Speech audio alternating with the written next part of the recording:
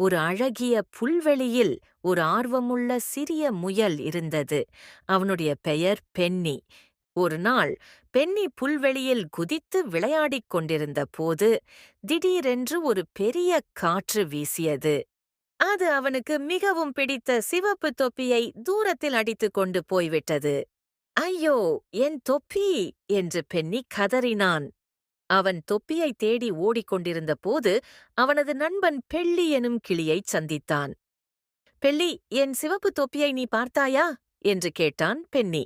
பெள்ளி தனது வண்ணமயமான சிறகுகளை அசைத்து, நான் அதை பெரிய ஆலமரத்தை கடந்து பறந்ததை பார்த்தேன், வாருங்கள் அதை கண்டுபிடிப்போம் என்றாள். அவர்கள் இருவரும் தேடிக்கொண்டு சென்றனர். சிறிது தூரத்தில் டோபி என்ற ஆமை மெதுவாக மூங்கில்களை மென்று கொண்டிருந்தான். டோபி, என் தொப்பி உனக்கு தெரியுமா என்று கேட்டான் பென்னி. டோபி மெதுவாக தலையசைத்தான்.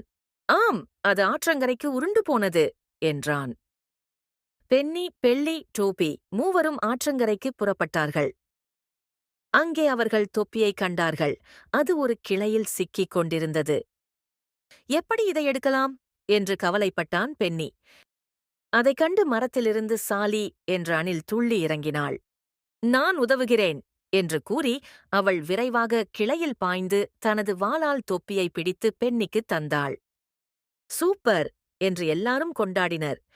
பென்னி தனது சிவப்பு தொப்பியை போட்டுக்கொண்டு சிரித்தான். நன்றி நண்பர்களே, உங்களைப் போல நல்ல நண்பர்கள் இருந்தால் எந்தச் சிக்கலையும் தீர்க்கலாம் என்றான். இந்த கதை உங்களுக்கு பிடிச்சு இருந்தால் மறக்காம இந்த வீடியோவை லைக் பண்ணுங்க, ஷேர் பண்ணுங்க அண்ட் சப்ஸ்கிரைப் பண்ணுங்க.